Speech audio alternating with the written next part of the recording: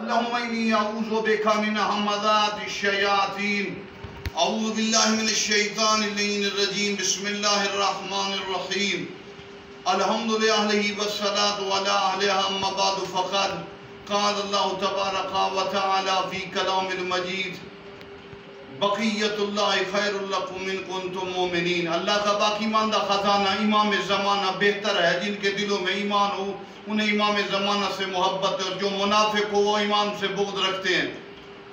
امام زمانہ سے محبت کرنا یہ اسلام ایمان کا تقاضا ہے۔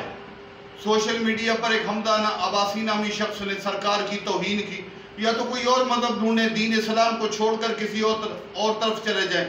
اسلام کے دو پارٹ شیعہ اور سنی میں امام زمانہ کے تذکرے اور معرفت اور آقا کے پر ایمان لانے کے بغیر گزارا نہیں۔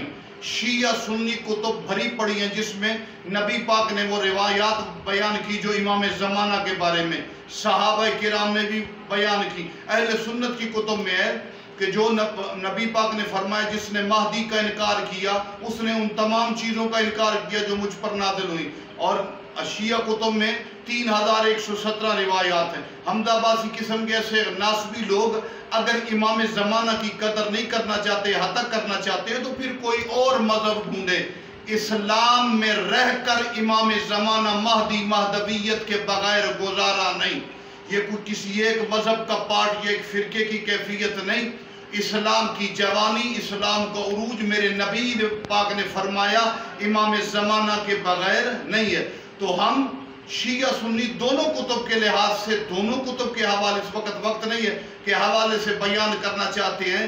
اسلام میں گنجائش نہیں ہے عقیدہ مہدی کے بغیر۔